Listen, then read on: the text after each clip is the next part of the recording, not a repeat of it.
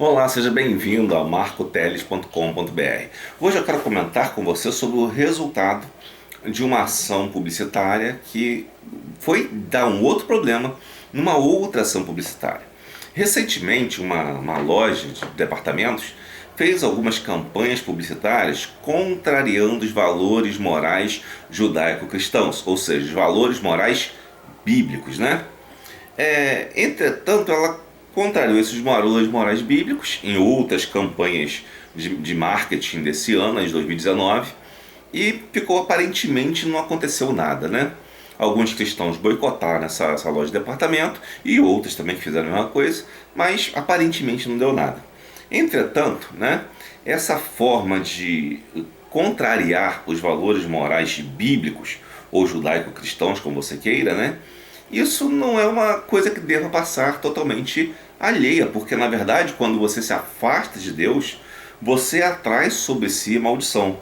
Porque Deus é a fonte da bênção, a palavra dele é a fonte da bênção, a Bíblia Sagrada é a fonte da bênção. Quando você se afasta da vontade de Deus, se afasta dos valores bíblicos, automaticamente atrai sobre si maldição, né? Hoje é dia 1º de novembro, né? A sexta-feira passada teve o Black Friday, né? E no Black Friday, uma dessas lojas passou por parece que passou por um terremoto daquela loja. A porta foi arrancada, né? E as pessoas entraram, pisotearam umas outras até num certo determinado momento, né? E destruíram a loja toda, levaram tudo que tinha, simplesmente porque estava em promoção, né? Aí vamos pensar por quê. Por que poderia ser? Pode-se colocar culpa em muita coisa. Ah, foi a segurança que estava falha, foi isso, foi aquilo. Tá, pode ser que no mundo material seja isso mesmo. Mas e no mundo espiritual, o que foi? Né? Quando uma empresa decide afrontar os valores bíblicos, ela está entregue ao dono daquele valor moral, imoral, melhor dizendo, que é antibíblico, né? Então, se ela está se entregando ao antibíblico, ela pode esperar o quê? Ela tem que esperar automaticamente que esteja à mercê daqueles valores do diabo, né? E o diabo ele veio para quê, segundo Jesus? Matar, roubar e destruir. O diabo só veio para isso, matar, roubar e destruir. Então, o que se pode esperar quando se toma o ponto de vista do diabo para divulgá-lo? Automaticamente a destruição e o roubo, né? A morte, que Deus o livre, né? Claro, mas isso também está incluído no pacote, né? Nós devemos tomar cuidado com isso. Ou seja, buscar o caminho do diabo leva exatamente à destruição e ao roubo na menor das hipóteses, né? E escarnecer de Deus com ideias estranhas, né? Propagando ideias estranhas às Escrituras, também leva a isso, né? Veja o que nos diz Gálatas 6, versículo, vamos ver aqui, versículo 5, né? Ou melhor, versículo 4. Mas prove cada um a sua própria obra, e terá glória só em si mesmo e não no outro. Ou seja, você tem a sua própria obra, aquilo que você faz, então você vai ter glória em si mesmo e não no outro, né? Ou seja, está dizendo aqui que você precisa de um dos outros. Ou seja, lá no versículo 2 diz: levai as cargas uns dos outros e assim cumprireis a lei de Cristo. Porque se alguém cuida ser alguma coisa não sendo nada, engana-se a si mesmo.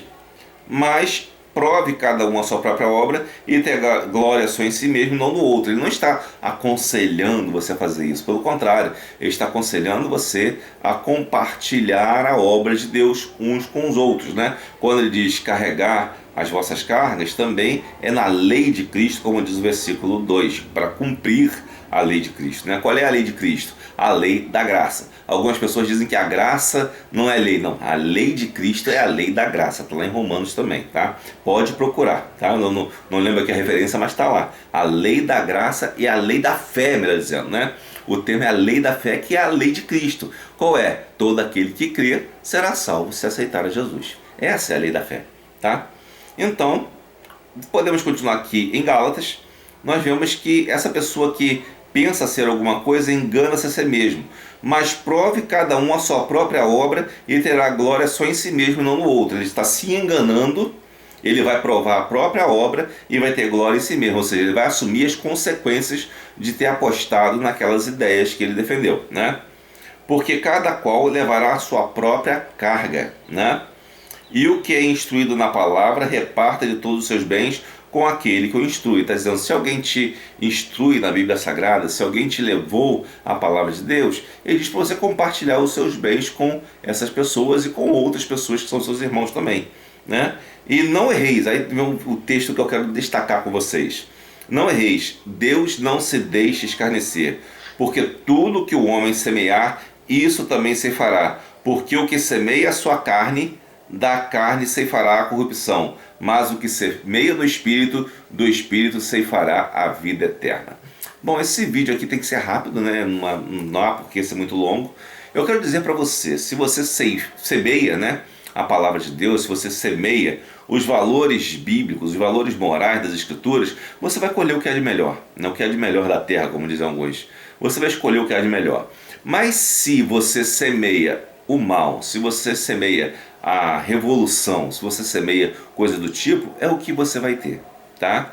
Então devemos saber que Deus não se escarnece, devemos respeitar os valores bíblicos, mesmo que você não acredite neles, você deve respeitá-lo, pelo menos, para que certas coisas não aconteçam na sua vida, né? Por exemplo, quando você acha que valores revolucionários são bons, você está chamando esses valores para você. É muito bonito quando a vítima da revolução é o outro, mas quando essa vítima é você, a coisa fica sem graça, não é? Então devemos entender que de Deus não se escarnece. Se você que tem uma empresa, quando você for fazer propaganda, pense muito bem antes de tomar posições ideológicas na sua publicidade, tá? No seu marketing. Porque isso pode sair muito caro. Porque se você é um empresário e apoia ideias revolucionárias, você automaticamente estará à mercê da revolução a qualquer tempo. Quando essas pessoas invadiram ali aquela loja no Black Friday, elas estavam, na verdade, agindo de forma revolucionária, invadindo, querendo tomar conta das coisas. Aquilo não era adequado a um padrão cristão, a uma moral cristã. Então tal loja não pode reclamar de que tem invadido, até porque ela propagou uma moral contrária a um comportamento de autocontrole, que se controlaria e não faria aquela coisa por amor ao próximo. Ela apoiou em suas propagandas uma propaganda de revolução mesmo, de afronta aos valores bíblicos. Ou seja, a nossa sociedade ela é estruturada porque temos valores fortes que estão ligados à Bíblia Sagrada. Quando você afronta esses valores, você automaticamente atrai essas consequências sobre você. Então eu quero dizer para você que de repente seja empresário, esteja vendo isso hoje, ou você é um servo de Deus, lembre-se disso. Quais foram as propagandas recentes da loja que você viu sendo de repente destroçada por uma ação publicitária, né? Propaganda recente antes dessa ação violenta, digamos assim, destruidora, que vem do diabo. Antes dessa ação, a propaganda buscava a Deus, a vontade de Deus, ou buscava a vontade do maligno, né? Se a propaganda anterior, recente, digamos assim, ela procurava a ação do maligno, então é o que ela poderia receber. Então devemos estar atentos para não trazer maldição sobre as nossas vidas, sobre o negócio que temos, sobre o nosso trabalho. Por isso devemos estar alertas para viver segundo a vontade de Deus e não fazer aquilo que o diabo ensina aos homens para fazer. Que Deus nos abençoe.